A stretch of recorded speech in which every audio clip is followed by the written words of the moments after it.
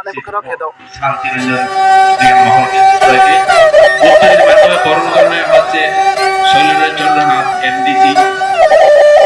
উত্তরের মাধ্যমে বরণ করে নেওয়া হচ্ছে প্রাক্তন ভক্ত শ্রীযুক্ত ললিত নাথকে।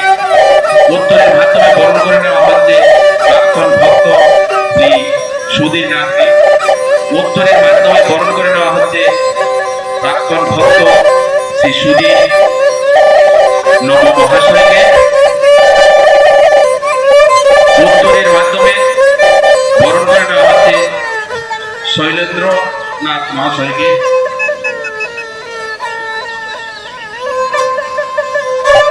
উত্তরের মাধ্যমে বরণ করে নেওয়া হচ্ছে অভিমন্যু নাথকে।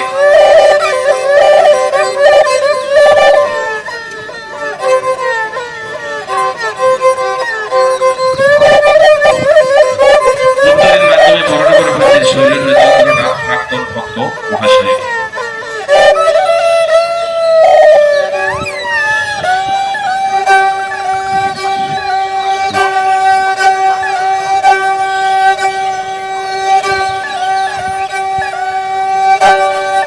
উপস্থিত দর্শক মণ্ডলী, আপনারা চরকমেলায় আগত সবাইকে বাংলা নববর্ষের প্রীতি শুভেচ্ছা ও অভিনন্দন জ্ঞাপন করে আজকে আমরা 50 বছর পূর্তি উপলক্ষে তাছাড়া এইচএস মাঠে যে চরক পূজার আয়োজন করেছি তার প্রথম পর্যায়ের অনুষ্ঠান আমরা পেরে উঠেছি।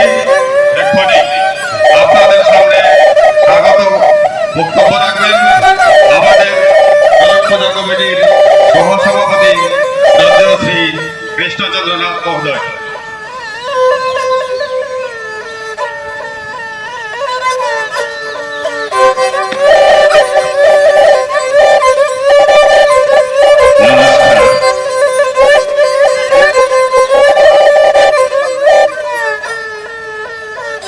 সাতমেলা চরক পূজা কমিটি 2025টি বৎসর 50টি বৎসর পূর্ণ হল।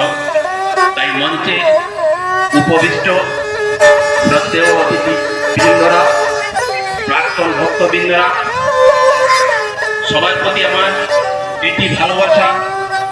এই নববর্ষে দাঁড়িয়ে সবার বয়োজ্যেষ্ঠ ব্যক্তিদের থেকে আশীর্বাদ এবং ছোটদেরকে আমার ভালোবাসা রেখে আমি এটুকুই বলতে চাই, যারা দীর্ঘ 50টি বছর এই সাতমেলাতে চরক মেলাকে ধরে রেখেছিলেন, আজকে আমরা অনুভব করতে পারছি যে এই মেলা যে এত লম্বা একটা বয়স চলে গেল আমরা অনুভব করতে পারছি না।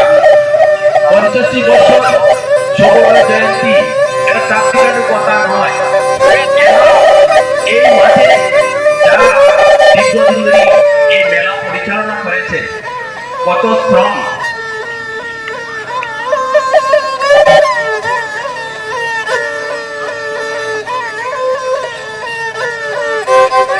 সবাই উত্তীর্ণ। এইবার আমাদের এই মঞ্চে আলোচনা করার জন্য শ্রদ্ধেয় শ্রী রঞ্জিত দেববর্মা মহাশয়, বিশিষ্ট সমাজসেবী, ওনাকে অনুরোধ করছি ওনার মূল্যবান আলোচনা রাখার। সংক্ষিপ্ত সারে আমাদের বাকি পর্বগুলো সময় এসে গেছে, সবার কাছে অনুরোধ রইল।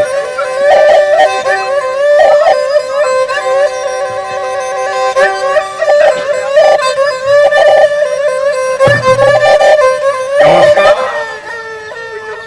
পঞ্চকাল সভার চরক পূজা কমিটির সভাপতি, সহসভাপতি, সম্পাদক এবং অন্যান্য ভক্তবৃন্দ যাদের উদ্দীপনায় আজকে এই আয়োজন হয়েছে, পঞ্চকাল সভার আমাদের সত্র এলাকার সম্মানিত মাননীয় এমডিসি মহোদয়, এক্স চেয়ারম্যান পিটিআরডিসি আমার শান্তিদা এবং বিশিষ্ট সমাজসেবী অরুণনাথ মহাশয়, সমীরণনাথ মহাশয় এবং এবং वीडियो को लाइक मन करें, से हमारे चैनल को सब्सक्राइब हमारे करें, भक्त बेल बैठ आइकन के जरूर प्रेस आप करें एक हमारी दूसरे वीडियो का सबसे पहले देखने के लिए।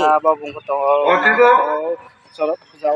ভাগ্যের ব্যাপার এই মাঠে কোনো এক সময় চরক পূজা প্রায় বন্ধ হয়ে গিয়েছিল 93-94-95 তখনকার সময় চরক পূজার ভক্ত এই সাধনাতে আসলেন আমার ভেঙ্কটেশ্বর দা একদিন গিয়ে আমাকে বলেন জামাই একটু সাহায্য না করলে চরক পূজা করা হবে না।